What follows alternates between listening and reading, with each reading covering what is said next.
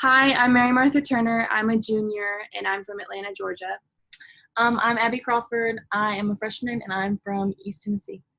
We play on the Wofford women's basketball team, and today we're going to read to you, and we got a book called Who Was Martin Luther King Jr.? Okay. Who was Martin Luther King Jr.? Growing up in the South was not easy for Martin Luther King Jr. He was born in 1929 when Black people were treated very differently than white people.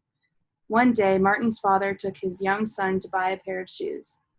The store was empty, but the white shoekeeper told them that they would have to wait in the back of the store. Martin's father got very angry. Why did they have to sit in the back of the store? If he couldn't buy shoes for his son in the front of the store, he would not buy them at all. He took Martin by the hand and led him out of the store. As they walked down the street, his father said, "I don't care how long I have to live with this system, I will never accept it." The system in the South kept Black people apart from white people. It was called segregation. Black children and white children went to separate schools. Black people had to ride at the back of the bus. As he grew up, Martin decided to fight for change, but it was a peaceful fight. Martin led marches. He banded people together in protests. He made speeches. Many people listened to his words and joined his nonviolent fight. Martin Luther King Jr. fought using his words, not his fists. Martin Luther King Jr. had a dream that all people could live together in peace and be treated equally. And though he died over 40 years ago, his dream lives on. Chapter 1, A Perfect Boy. On January 15, 1929, a baby boy was born in the city of Atlanta, Georgia. The doctor said he was perfect. His parents were so happy. They named him Michael, the same name that his father had. But when little Michael was 5, his father decided to change both of their names to Martin. So now the little boy became Martin Luther King Jr. Young Martin had a very happy home life. He had an older sister named Willie Christine. He also had a younger brother named Alfred Daniel. The Kings lived in a large house on Auburn Avenue in Atlanta. Their neighborhood was comfortable. No one was very poor or very rich. There was a lot of love in Martin's family.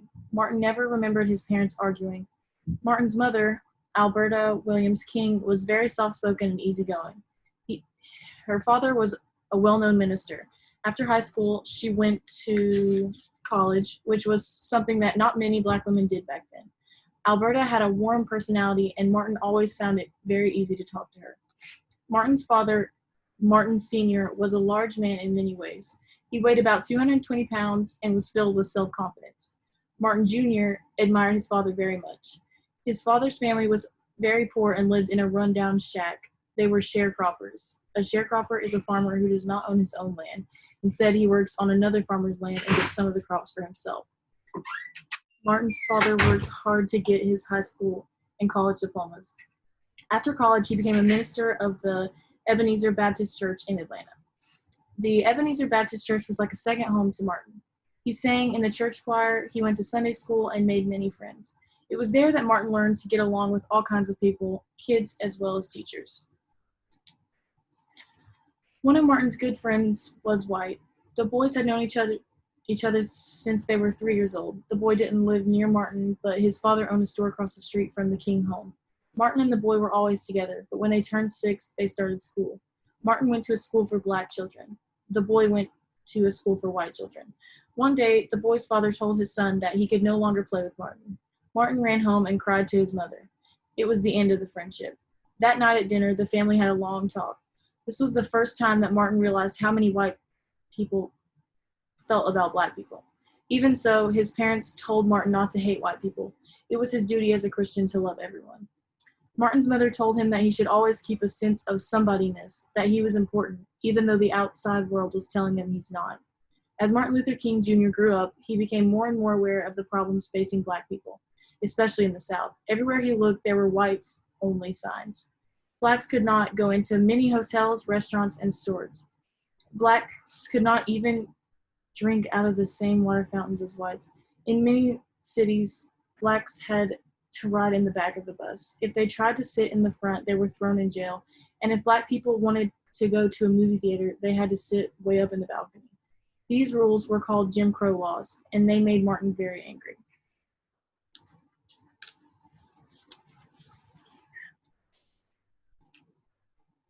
In high school, Martin had to take a long bus ride to and from school. He always walked to the back where the other Black people sat. Once Martin and a teacher traveled by bus to Dublin, Georgia for a speech contest.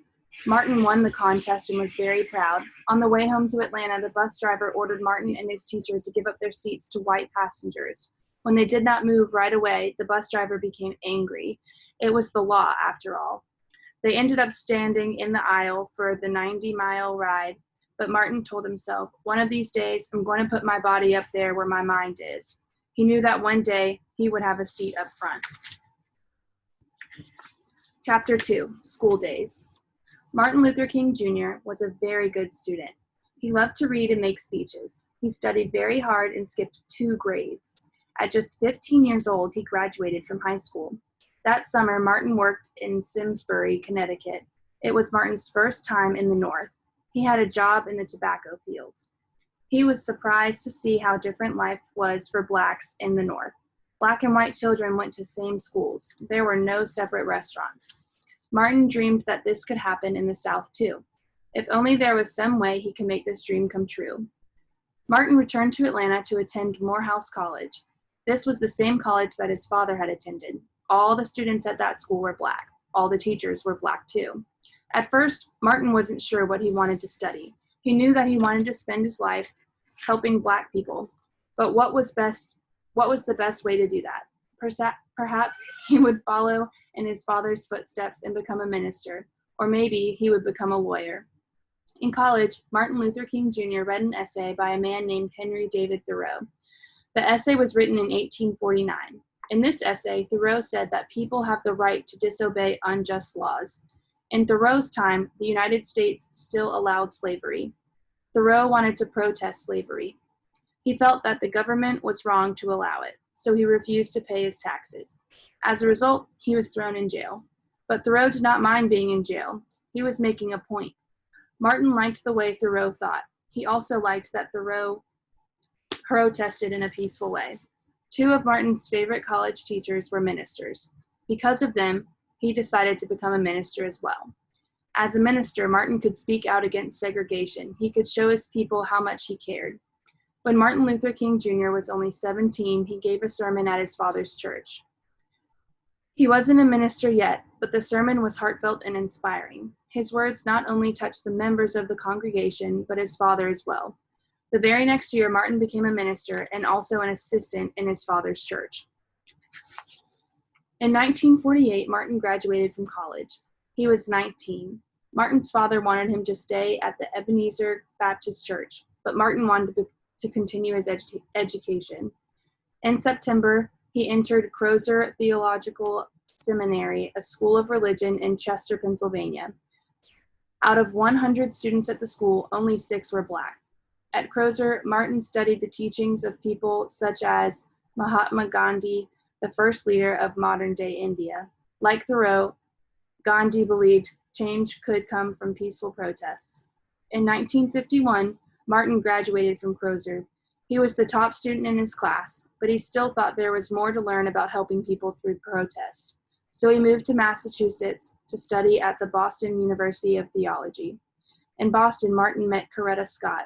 Coretta had grown up in Alabama, but she was in Boston studying to be a singer. On their first date, Martin drove his green Chevrolet to pick her up.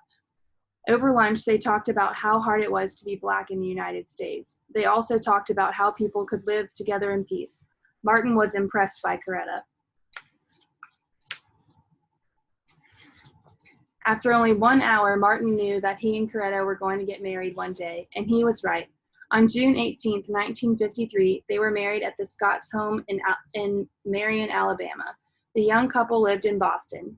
Martin had to finish his studies at Boston University, and Coretta had to complete her work to become a music teacher. When he was done with school, he became Dr. Martin Luther King Jr. Martin was not ready to start his life's work, but exactly how would he do that? 2 churches, one in Massachusetts and one in New York. wanted Martin to become their minister. While Martin was deciding which job to take, another letter from the Dexter Avenue Baptist Church in Montgomery, Alabama. The church, which had no minister, invited Martin to come down and preach. On a clear winter day in January 1954, Martin set out to visit the church in Alabama. On the drive, he listened to one of his favorite operas on the radio. The music and the beautiful countryside made the 4-hour drive pass quickly. During the drive, Martin practiced the sermon he was going to deliver the next day in Montgomery. By the time he got there, he was nervous. He was not afraid to speak in front of people. At his father's church, Martin stood up before crowds and preached, but Martin knew that if his sermon tomorrow was good, the job as minister would be his. Martin wasn't sure he wanted to live in the South. He knew that life in the North was easier for Black people and fairer. Still, the church in Montgomery sounded like a wonderful place, and he wanted to make a good impression. Should he show the people that he was smart? Should he tell them all about his education? No. Martin knew that all he had to do was the same thing he had done before in churches: speak from his heart and help people pray. Sure enough, Martin's sermon was so good that the people at the Dexter Avenue Church asked him to become their pastor. Martin talked with Coretta. She, too, shared Martin's fears. Could she find a job in the South? In the North, there were more opportunities for Black women. Martin and Coretta also talked about what it would be like raising their children in the South. In the end, Martin and Coretta decided to live in Alabama. After all, the South was their home. And more importantly, at the Dexter Avenue Church, Martin could help fix some of the problems for local Black people.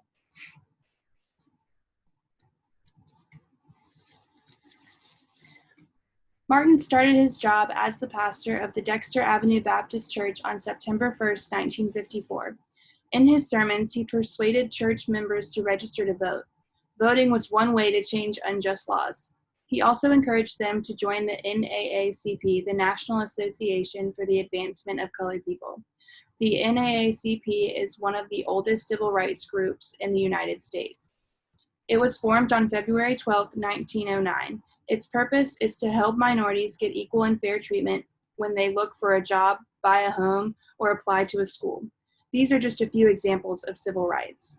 After living in Montgomery for about a year, Coretta gave birth to a little girl, Yolanda Denise Martin, called her Yoki for short. Now the Kings were a family. Only 2 weeks after Yolanda was born, something happened that changed U.S. history.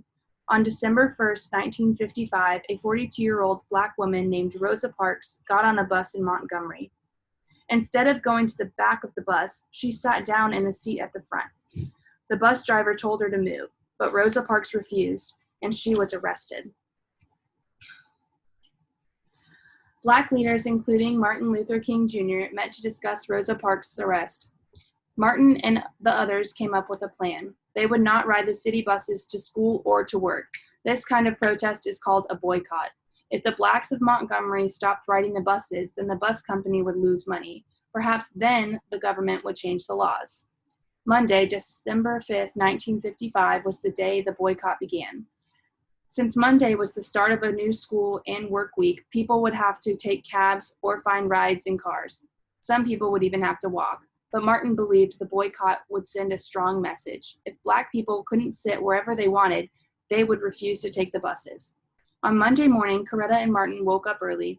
They peeked out the window to look outside at the bus stop. A bus pulled up. It was empty. Martin jumped into his car and drove around the city. Almost all the Black people he saw were riding in cars or walking. Later, he learned some had to walk more than 10 miles to get where they were going. The first day of the boycott was a tremendous success, but it needed to continue. People would have to give up riding the buses the next day and the next day after that. They had to continue the boycott until the law changed. White leaders in Montgomery city government were angry. The city buses were losing money, but still, the leaders did not want to change the laws. Instead, they tried making things harder for Black people.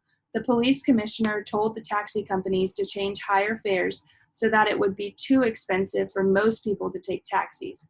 They would have no choice but to walk. But Martin and the other Black leaders had a plan. They helped organize carpools. Many people, both Black and white, volunteered to drive people taking part in the boycott. It was a good example of a peaceful protest. Peaceful protest, however, also could be dangerous. Martin was arrested by the local police. They said he was speeding in his car. Martin knew that he was not.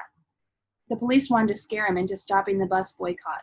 Then a firebomb was thrown onto the porch of his house. Martin was frightened for his family, but that did not stop him. The boycott lasted over a year. Finally, the Supreme Court of the United States said that laws separating whites and blacks on the Montgomery buses had to end. Martin was overjoyed. Now it was time for people to ride the buses again, sitting wherever they wanted to sit. Early in the morning, on December 21st, 1956, 3 other leaders of the boycott came to Martin's house. Reporters followed the men as they walked to the nearest bus stop. The reporters shouted out questions. Cameras flashed in Martin's face. This was a momentous day. When the bus arrived, Martin and the other leaders got on. The reporters followed. Martin took a seat right up front. On his face was a great big smile.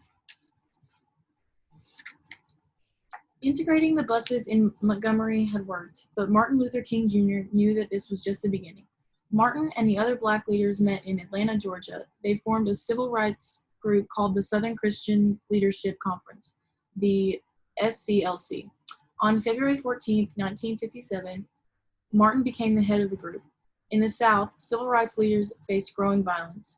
One man's home was bombed, so were several churches. Then a service station and a cab stand were bombed. Martin urged everyone to remain calm. We must not return violence under any condition, he said. He knew that his advice was hard to follow. Martin's speeches made him famous in Montgomery. Wherever he went, thousands of people showed up to hear him. People even ran up to him on the street to ask for his autograph. On May 17, 1957, Martin spoke at a gathering called the Prayer Pilgrimage in Washington, D.C. The march took place on the 3rd anniversary of the passage of Brown versus the Board of Education. On the day of the march, thousands of black and white people gathered in front of the Lincoln Memorial. The speakers asked the government to pass a civil rights bill. This bill would guarantee all the people in the United States equal rights under law. An important part of the civil rights bill would be to make sure every adult citizen was allowed to vote. At the prayer pilgrimage, Martin said that was the most urgent request to President Dwight Eisenhower. While Martin was marching and speaking, Coretta was busy running the King household. On October 23rd, their second child, Martin Luther King III, was born. Martin said of Coretta, "I am indebted to my wife, Coretta, without whose love, sacrifices, and loyalty neither life nor work would bring fulfillment." By this time, Coretta wanted to become much more involved in the movement. Martin, however, preferred that she stay at home raising their children. In 1959, Martin did agree to take Coretta along on a trip to India. Martin wanted to see the land where his hero Gandhi had lived. As he traveled through the country, he saw that India was divided between the very poor and the very rich. Many people did not have jobs. Many slept out on the streets. Rich people, on the other hand, had beautiful homes and fancy clothes. Yet, even with so much poverty, there was peace among the people. Yes, they were poor, but they did not take their troubles out on anyone. Martin visited some of the places that were special to Gandhi. He and his group went to a place called Bambi. It was there that Gandhi had started a walk of more than 200 miles to protest attacks on salt. Gandhi's walk began with 8 people. The number grew to thousands. Some people say that more than 1 million people ultimately joined that walk. Gandhi told his people, if you are hit, don't hit back. Even if they shoot at you, don't shoot back. Just keep moving. Martin had a wonderful experience in India. When he returned home, he was even more convinced of the power of peaceful protest. In 1959, the King family moved from Montgomery to Atlanta. It was hard to leave Montgomery, but Martin wanted more time for civil rights work. He could not be a full-time minister. He told his congregation, "History has thrust something on me which I cannot turn away." In Atlanta, Martin Luther King Jr. would become the co-pastor of the Ebenezer Baptist Church, his father's church. By the year 1960, the civil rights movement was spreading throughout the South. Black students and white students staged sit-ins at lunch counters. Students would sit together at a whites-only lunch counter and wait to be served. Often, the police would drag them out, but the students never fought back when arrested. Sometimes people yelled and spit at the students. Some threw rocks at them. No matter how many students were put in jail, the next day others would go sit in at the same lunch counters. They kept on because the fight was something they believed in. Martin took part in sit-ins. On October 19, 1960, he was arrested at a lunch counter in a department store in Atlanta. Over 200 students were arrested that same day. They were all taken to the Fulton County Jail. Martin told the judge that sit-ins pointed out racial injustice. He wanted to make people in Atlanta see how wrong it was to have whites-only eating places. He said, "I must honestly say that we firmly believe that segregation is evil." 5 days passed, and Martin and the students were still in jail. Black people in Atlanta were very worried. Finally, the store owners dropped the charges and everyone was set free. But many white people were still angry with Martin. They wanted him back in jail.